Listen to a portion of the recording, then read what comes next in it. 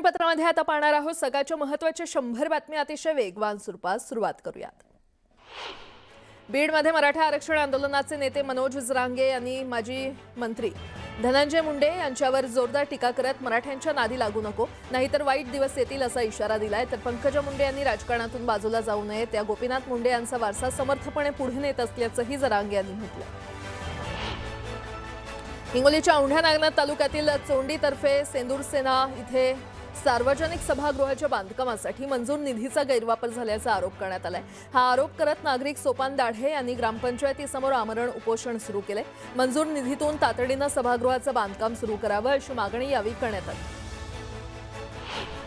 काँग्रेस नेते विजय वडेट्टीवार यांनी शेतकऱ्यांना स्वामीनाथन आयोगानुसार हमीभाव आणि जातनिहाय जनगणनेच्या मागणीसाठी यात्रा सुरू केल्याची माहिती दिली।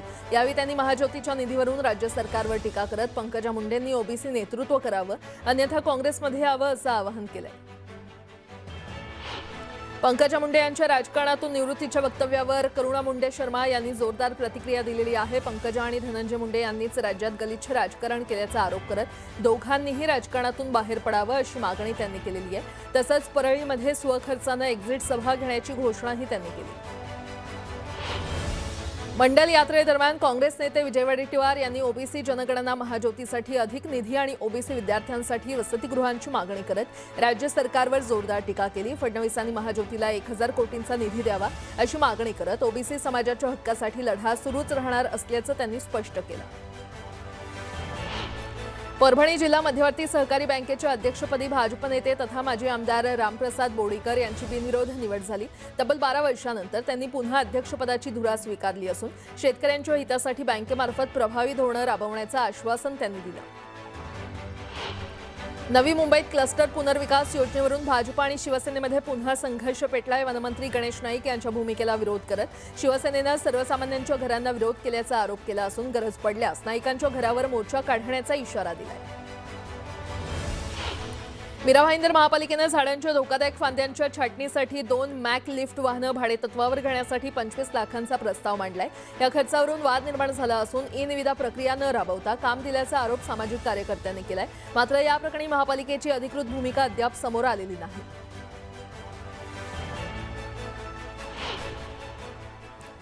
औसा शहरातील एका दुचाकी शोरूम जवळ 2 गटांमध्ये झालेल्या किरकोळ वादाचं हाणामारीमध्ये रूपांतर झालं आणि या हाणामारीचा व्हिडिओ सोशल मीडियावर व्हायरल होतोय। या घटनेमुळे परिसरात काही काळ तणावाचं वातावरण निर्माण झालं होतं। मात्र वादाचं नेमकं कारण आणि पोलिसांनी केलेल्या कारवाईबाबत अद्याप अधिकृत माहिती समोर आलेली नाही।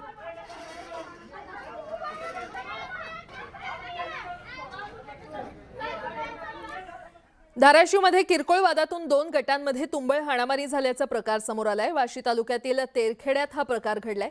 वाढदिवस साजरा करण्याच्या कारणावरून हा वाद झाल्याची माहिती मिळते। मारहाणीत यावेळी 5 जण गंभीर जखमी झाले असून त्यांच्यावर रुग्णालयामध्ये उपचार सुरू आहेत। यावेळी चक्क गावातील लाईट बंद करत वाहनांची तोडफोड करण्यात आली। दरम्यान पोलिसांकडून यावेळी कडक बंदोबस्त तैनात करण्यात आला होता।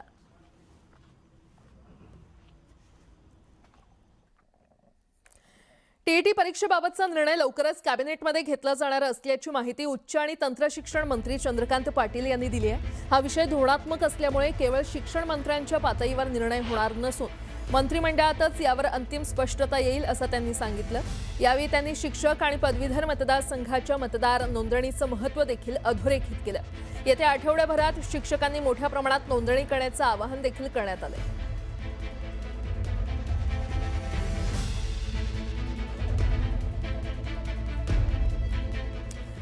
पुन्हा एकदा बातम्या पाहूयात वेगवान स्वरूपात। पंढरपूर शहर आणि तालुक्यात मुसळधार पावसाने जोरदार हजेरी लावली। अर्ध्या तासाहून अधिक काळ कोसळलेल्या पावसामुळे शहराला अक्षरशः झोडपून काढलं। तर यंदाच्या हंगामातील हा सर्वात मोठा पाऊस मानला जात असून शेतकऱ्यांना मोठा दिलासा मिळाला। नांदेड जिल्ह्यातील किनवट तालुक्यातील प्रसिद्ध सहस्त्रकुंड धबधबा अखेर प्रवाहित झालाय। पैनगंगा नदीच्या वाढलेल्या प्रवाहामुळे धबधबा पुन्हा दिमाखात कोसळू लागला असून पर्यटकांनी इथे मोठी गर्दी केली आहे। आंबेगाव तालुक्यातील डिंभे धरण परिसरात पावसाचा जोर वाढल्याने धरणातून 20,000 क्युसेक वेगाने पाण्याचा विसर्ग सुरू करण्यात आलाय। पावसाचा जोर कायम राहिल्यास विसर्गात आणखी वाढ होण्याची शक्यता असून घोड नदीकाठच्या गावातील नागरिकांना प्रशासनाने सतर्कतेचा इशारा दिलाय।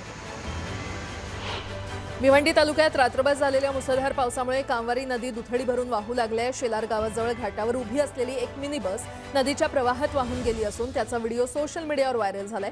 प्रशासनानं नदीकाठी जाण्यास मनाई केली असून पावसाचा जोर कायम राहिल्यास भिवंडी शहरात पाणी साचण्याची शक्यता व्यक्त केली जाते। पिंपरी चिंचवडला पाणी पुरवठा करणारं पवना धरण 99% अधिक भरलं असतानाही शहरातील 15% पाणी कपात कायम आहे। त्यातच नवी सांगवीमध्ये मुख्य पाईपलाईन फुटल्यानं लाखो लिटर पिण्याचं पाणी वाया गेल्यानं नागरिकांनी प्रशासनाविरोधात संताप व्यक्त केला। धाराशिव जिल्ह्यातील भूम तालुक्याला मुसळधार पावसानं अक्षरशः झोडपून काढलं। पात्रूड परिसरात पाण्याच्या प्रवाहामुळे सुमारे 70 नागरिक आणि जनावरं अडकली असून बेद्रेवाडी गावाचा संपर्क तुटला। प्रशासनानं नागरिकांना सतर्क राहण्याचं आता आवाहन केलंय। पावसाळा सुरू होताच महाराष्ट्रातील अनेक पर्यटन स्थळांना नवसंजीवनी मिळालेली आहे। पुणे जिल्ह्यातील जुन्नर तालुक्यात असलेला छत्रपती शिवाजी महाराजांचा ऐतिहासिक शिवनेरी किल्ला देखील सध्या दाट धुक्याच्या दुलईत हरवलाय। संततधार पावसामुळे बदलापूरजवळील बारवी धरणाची पाणी पातळी झपाट्याने वाढत असून धरणात सध्या 91% पाणीसाठा आहे। धरणाचे स्वयंचलित दरवाजे कधीही उघडून पाण्याचा विसर्ग सुरू होण्याची शक्यता आहे। त्यामुळे बारवी नदीकाठच्या 14 गावांना सतर्कतेचा इशारा देण्यात आलेला आहे। हिंगोली जिल्ह्यामध्ये 3 दिवसांच्या विश्रांतीनंतर पावसानं पुन्हा दमदार पुनरागमन केलंय। शहरासह आखाडा, बाळापूर, कनेरगाव नाका, गोरेगाव आदी भागात दुपारनंतर मुसळधार पाऊस झाला। या पावसामुळे काही ठिकाणी रस्ते आणि शेतांमध्ये पाणी साचलं असून शेतीच्या मशागतींच्या कामांनाही फटका बसलाय। जळगाव जिल्ह्यातील मुक्ताईनगर तालुक्यातील कुर्हा परिसरात झालेल्या ढगफुटी सदृश्य पावसामुळे शेती आणि घरांचं नुकसान झालंय। नदी नाल्यांना आलेल्या पुरामुळे शेतजमिनी खरडून गेल्या असून उभी पिकं देखील धोक्यात आली आहेत। या पार्श्वभूमीवर विधान परिषद सदस्य तथा माजी मंत्री एकनाथराव खडसे यांनी जिल्हाधिकाऱ्यांना निवेदन देत तात्काळ पंचनामे करून नुकसानग्रस्त शेतकरी आणि नागरिकांना भरपाई देण्याची मागणी केली आहे। अहिल्यानगर जिल्ह्यातील अकोले तालुक्यात अतिवृष्टीमुळे घराची भिंत कोसळली। भिंत कोसळून आईच्या कुशीत झोपलेल्या 8 महिन्यांच्या चिमुकलीचा दुर्दैवी मृत्यू झाला। या दुर्घटनेत आई जखमी झाली असून परिसरात हळहळ व्यक्त होते।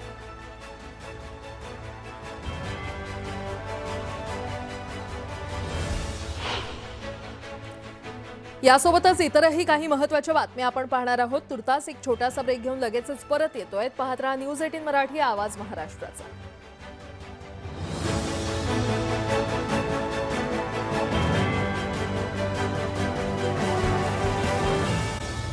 प्रशांत किशोर यांचा दणदणीत विजय झालेला आहे। प्रशांत किशोर यांचा 18,953 मतांनी विजय झालाय।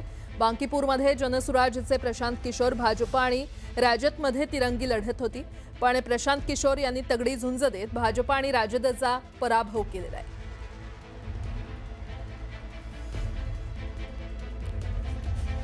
बांकीपुर की जनता ने बड़ा स्पष्ट ये अपनी ओर से और बिहार के लोगों की ओर से ये मत दिया है कि भाजपा के केंद्रीय नेतृत्व को ये सोचना चाहिए, विचार करना चाहिए और बिहार के हित में, बिहार के बच्चों के हित में, बिहार में एक अच्छे व्यक्ति को, चरित्रवान और काबिल व्यक्ति को बिहार की कमान सौंपनी चाहिए।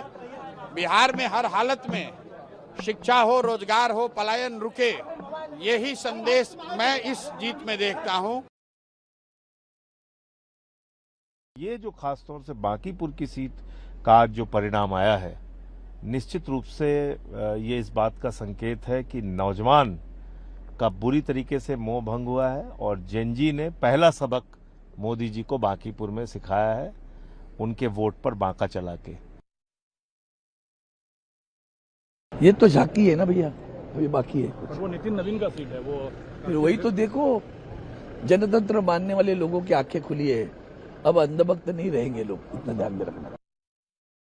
दरम्यान प्रशांत किशोर यांच्या विजयाची प्रमुख कारणं नेमकी कोणती आहेत आपण ग्राफिक्सच्या माध्यमातून समजून घेऊयात। तरुणांचा प्रशांत किशोर यांना पाठिंबा होता। विद्यार्थी आंदोलनानंतर भाजप विरोधी असंतोषाचा फायदा त्यांना झाला। त्यानंतर नवमतदार आणि विद्यार्थ्यांनी किशोर यांना मतदान केलं। भाजपमध्ये अंतर्गत गटबाजी होती। भाजपकडून घोषित उमेदवाराचा अर्ज मागे घेण्यात आला। ऐनवेळी नीरज कुमार सिंह यांना तिकीट देण्यात आलं आणि त्यामुळे नाराज गट प्रचारापासून दूर राहिला। बाहेरचे विरुद्ध आपले असं चित्र एकंदरीत पाहायला मिळालं। प्रशांत किशोर यांना बाहेरचे म्हणून हिणवण्यात आलं। तरुणांनी मात्र प्रशांत किशोर यांना पाठिंबा दिला आणि किशोर यांनी डोर टू डोर प्रचार केला होता। आरजेडी तिसऱ्या स्थानावर खरं तर घसरली. आरजेडीच्या रेखा गुप्ता तिसऱ्या स्थानावर गेल्या आणि त्यामुळे तेजस्वी यादव प्रचारात उशिरा उतरले. भाजप विरोधी मुस्लिम मतदारांचं आरजेडी ऐवजी किशोर यांना त्यांनी मतदान केलं. जातीय समीकरणं देखील यावेळी फिरली. भाजपच्या पारंपरिक मतदारांचं किशोर यांना त्यांनी खरं तर मतदान केलं. भाजपच्या बूथ मॅनेजमेंटला देखील अपयश आलं. गटबाजीमुळे बूथ मॅनेजमेंट नेटवर्कला मोठा धक्का बसला. दरम्यान देशभरात झालेल्या विधानसभा पोटनिवडणुकीच्या निकालांवर एक नजर टाकूया. विधानसभा पोटनिवडणुकीचे निकाल 2026चे आपण पाहतोय. बांकीपूर बिहार इथे जनसुराज पक्षाचे प्रशांत किशोर हे विजयी झालेत, तर नीरज कुमार भाजपचे पराभूत झालेले आहेत.